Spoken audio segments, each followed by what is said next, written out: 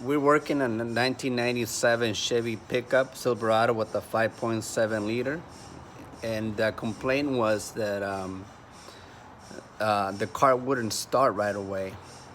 Even after 4 or 5 cranks, it still wouldn't start. And eventually, we'll get it going. And we checked a lot of things. We checked timing, obviously. We also checked the distributor. And then we also checked the fuel filter. And the last thing we did is, obviously, we started with the fuel gauge. And this is what we have. We have 50, right? And that's normal. That is normal. Now, the car's been off for about 3 minutes now. So every time we start up the car, the gauge shoots out to 65. So it's supposed to be a 65, okay? But obviously we didn't do the right thing. And we realized that because they had the fuel pressure, we thought it was okay. But the reality is that in order for the system to work properly, as at first crank of when you first turn the key on, it's supposed to go to 65.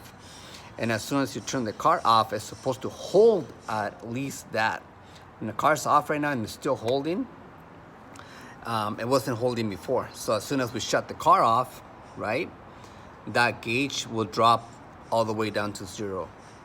So that's just maybe an idea, just a tip if you guys have any issues with the fuel pressure, with the right fuel pressure. We did know about it, but I wasn't too sure about it, whether it had to be the right pressure. So it has to be a 65 at initial startup, 65 psi. And then once it runs, it's supposed to be around 60. And then obviously with the fuel pressure regulator, it's supposed to be up and down. But at least once it's running at least 60 psi, at first initial startup, it should be at least close to 65. So there you go. Hopefully this helps somebody. Now it starts right up.